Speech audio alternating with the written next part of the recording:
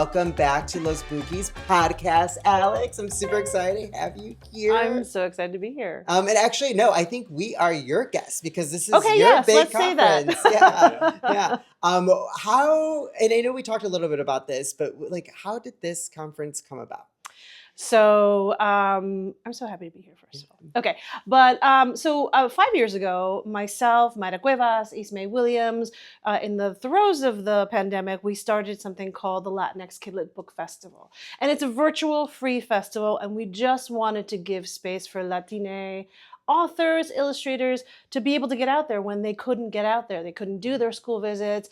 But then from there, the idea built like, wait, now we're reaching kids who have never had an author's visit, certainly haven't ever seen a Latine artist, who wrote a book and said, look, this is you and can be you. Mm-hmm. So it sort of snowballed from there. We built that organization. We are now in our 5th year. And then because, I don't know, because we can't stop, we can't shut up. We were like, what is the next step? What is the thing that is missing? And we realized that what was missing was a conference for pre-published authors, but also an in-person conference where people could make those connections. It's about community. It's about craft. We're still learning, right? Whatever level of your journey, publishing journey you're on. And it's also about access to publishing, because as Latine creators, a lot of times it's hard to judge, when we're coming up against those gatekeepers.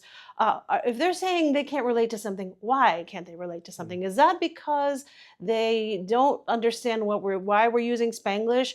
They don't understand the food and that is turning them off? Or, so it's hard to tell. It's kind of a mixed message.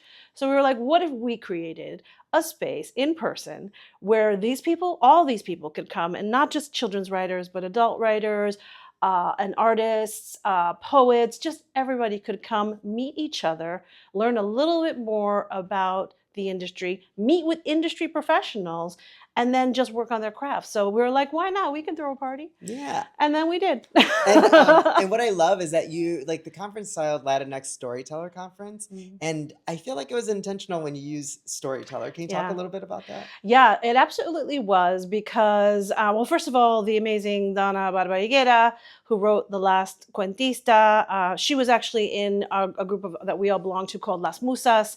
And her use of in an English book of the title Cuentista, and what that means, and how storyteller encompasses, yes, writers, yes, illustrators, yes, poets, but songwriters and oral tradition and your family storytellers. So we want to bring all of that. We are not interested in putting up boundaries. We are interested in taking them down. So saying a storyteller is a way of being more truthful about what we all do, but also saying, yes, you do this, you tell those stories, so you are welcome here. So we're on day 2 of the conference now. Mm-hmm. You've had, it's been a heck of a journey, I could only imagine, to get here. What has been some of the most rewarding moments since being here? Oh my gosh, what a question. Let me think. Well, so last night we had at the New School Tishman Auditorium, we had the most incredible panel. We had Jaquira Diaz, Esmeralda Santiago, I know, Chef's Kiss, Alejandra Campoverde, moderated by Janine Ramirez. This panel conversation about memoir. And so much what we're talking about at being storytellers is about saying who we are.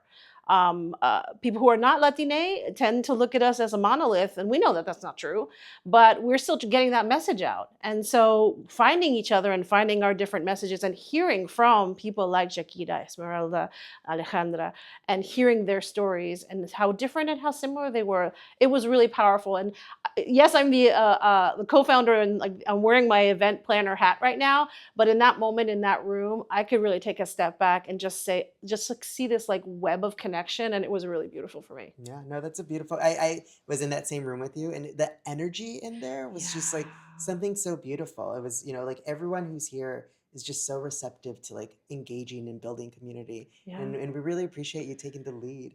Tell us, what is one thing during this entire process that we probably aren't picking up or aren't really noticing? They're like, oh, this is the biggest takeaway that I want to make sure that people leave with by doing this? So if I could only say one thing, and God help you if you try to make me say only one thing, because it's just not going to work out for you. But if I could only say one thing, is you already belong. You are already here. We have made this room for you. If you are wondering if you should come in, if you are wondering if this was, did we mean you? We meant you. And from the very beginning, we wanted this to be a conference, the kind of thing that we didn't have and had to build. And because we built it with a lot of help, with your help, with a lot of our community support and sponsors and everyone, we're in the Scholastic building, their support as well. We've built it now, you belong. Yeah. Like there is a lugar en la mesa, sit down. And Alex, I just want to say that we were at dinner last night, and it was probably like 10 people at a table, all from different parts of the country. And the amount of times that we're like, oh my God, Jessica Barra told me to look out for you. And like this is it. And like, oh my God, you like know this person. Like everyone just felt like, I think the journey to get here, you could attest to this, has been hard. You know, like people have their personal lives. They had to like take off, you know, like you're juggling multiple jobs. But like once here, I think everyone did feel like they're supposed to be here and they do belong. So thank you for creating that. Yeah, thank all of us for creating and take that message and then leave today and keep going. Yeah. Keep that message because that's what it takes to build that sustainable, like creative life. You need this community. So yeah, it's gonna get hard and you're gonna go to your day job, which maybe you don't like, or you're gonna get rejected. You are gonna get rejected. We're all getting rejected all the time, right? But know that you have this family that is here for you. Yeah. No. And now we're gonna pivot to some more personal questions, but they're fun. Fantastic. They're cool. So this is a Ho Storyteller Conference, and we're learning that there's like stories have a lot of power. Can you tell us the first time that you realized that stories had power? Okay. So my parents immigrated from Uruguay. I was the first person born here, and I grew up in an area that did not have a lot of Latine people, very white people in the place. We just called them Anglos. Everyone was an Anglo. Everybody else was an Anglo, and this is gonna be silly, but I was a very arty kid. I was very, as the kids say, emo for a long time. But I felt conflicted because I knew that the representation of culture, and I would go home to Uruguay every year, what was supposed to be Latino was supposed to look like a kind of music, look a certain way, just, be like Selena and like just all this, which is wonderful, but that wasn't me. So there is a comic book called Love and Rockets. By Beto y Jaime Hernandez brothers, and in this graphic novel that looks out in the 80s and 90s, it's all of these like Mexican and American kids who are punks and goths and they're queer, and I saw that and I was like, oh, I can be different. I don't have to be what I see out there. And that's part of the problem when you have a monolithic media representation of what it means to be Latina, and you're like, well, I'm not that, I didn't see any queer Latinos. I'm not in the 90s. Like, oh, yeah. You had to go looking, and certainly not anyone who dressed like me or liked the things that I did or, and it felt like, am I betraying my culture because I don't, and that was like my first thing. I was like, no, we can be so many things and we're still, Latinos. Yeah. Awesome. Well, thanks so much for having us here. Yeah. The venue is beautiful. Isn't it gorgeous? Yes, it's gorgeous. And it's been really great to see all the inspiring writers, like young writers. Tyler, I can't wait to read their books, their work. Thinking back, what was the first book that got you in your feelings that was written by a Latina author? So I write for kids and I read a lot of kids' books. And I will say that the first book where all those identities, all those Latina queer identities came together was Anna Marie McLemore, When the Moon Was Ours. That book, it's beautiful. It is literature, but it is also queer and expansive and beautiful and like completely engaging. And I was like, then that was really where I was like, I could do this. I can be in this. Like there's room for me.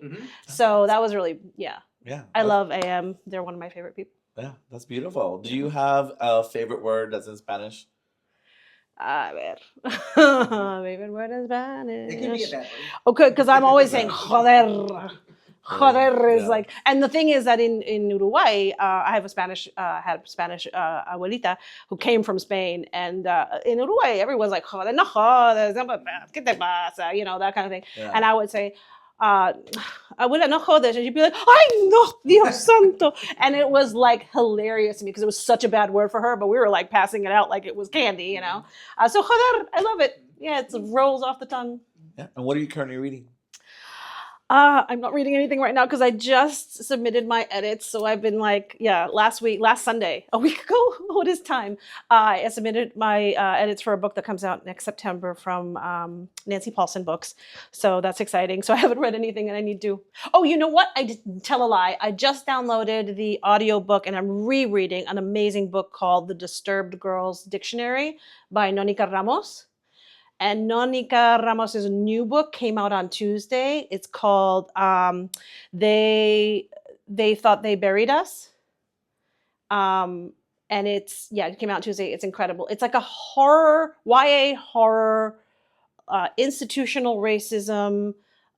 It's incredible. I love it already. I love YA and I love horror. You really should read this book. It's phenomenal. It's also funny. Like I love horror and drama and grief and like deep things, but are funny. Like that's really like I feel like that's like the trifecta. By Nónica Ramírez? Nónica Ramos. Nónica Ramos. Yeah. I'll add it to the list. Okay, there you go. Your list is like woo. After this weekend, yes.